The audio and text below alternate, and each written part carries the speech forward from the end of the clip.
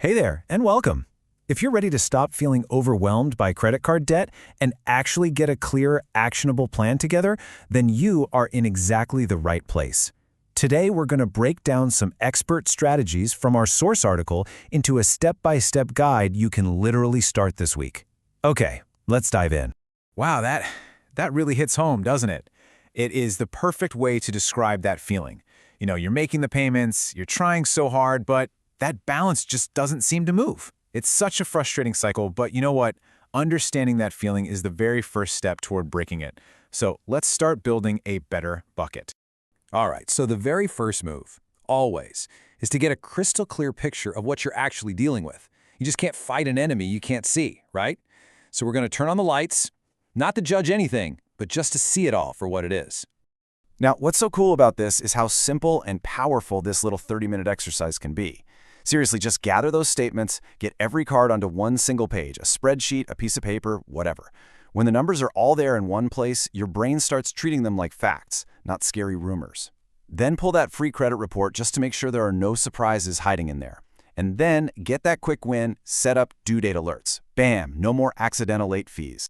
Okay, this next idea, this is a big one. So once you've paid for the absolute essentials, housing, food, and you've made all your minimum payments, what's left over? That amount, no matter how big or small it is, that's your monthly gap. And this isn't just spare change, okay? This is your secret weapon. This is your payoff power.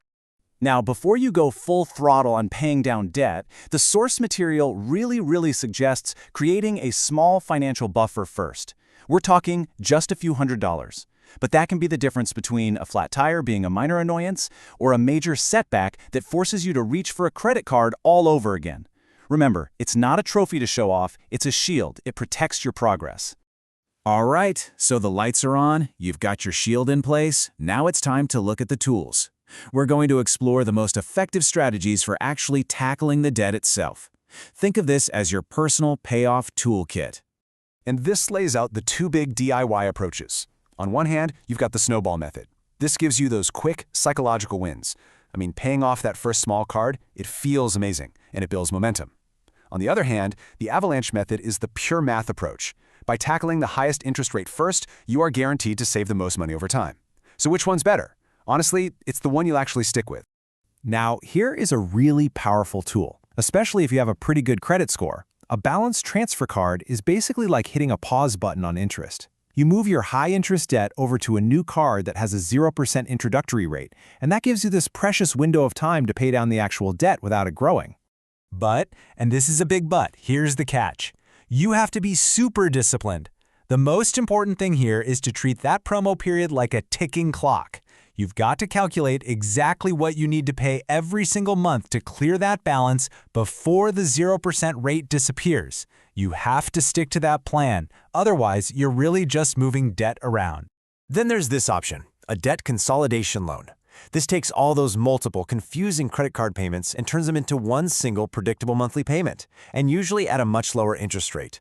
This totally simplifies your finances, and it can help you finally break out of that minimum payment trap, where it feels like the balance never ever shrinks. And hey, don't overlook the simplest tool in the box. I know, it can feel awkward, but a quick phone call to your credit card company can sometimes work wonders. You just ask, hey, is there a lower APR you can offer me? Or maybe a temporary hardship plan? The absolute worst they can say is no. Now, what if your situation feels just too big to handle alone? Don't worry, there's professional help out there. This slide kind of lays out the main options. A nonprofit credit counseling agency can get you on what's called a debt management plan, or a DMP, and that often gets you much lower rates. Debt settlement is an option if you're already behind, but you've got to be careful as it can really ding your credit. And finally, bankruptcy. That's a powerful legal tool for when repayment just isn't realistic anymore. So we've looked at the map, we've seen all the tools. Now it's time for the most important part, choosing your path. The right plan for you is the one that actually fits your specific situation. And this slide makes it pretty darn clear. If you've got a strong credit score, a balance transfer or a consolidation loan is probably going to be your best bet. If cash flow is super tight but you're still keeping up, try calling your card company or looking into a DMP. And if you're already behind or you're worried you're about to fall behind, it's really time to talk to a professional credit counseling agency. Just find your row here. That's your starting point. Okay, so once you start making progress, the next big step is to protect it. There are some really common traps that can completely derail all your hard work, so let's just quickly cover what to watch out for. Okay, listen up. Please be very wary of any service that asks for big fees up front, makes guarantees, tells you to just stop paying your bills, or uses those high-pressure sales tactics. Real, legitimate help just doesn't work that way. Trust your gut on this one. If it feels scammy, it probably is. And finally, please try to avoid these common slip-ups.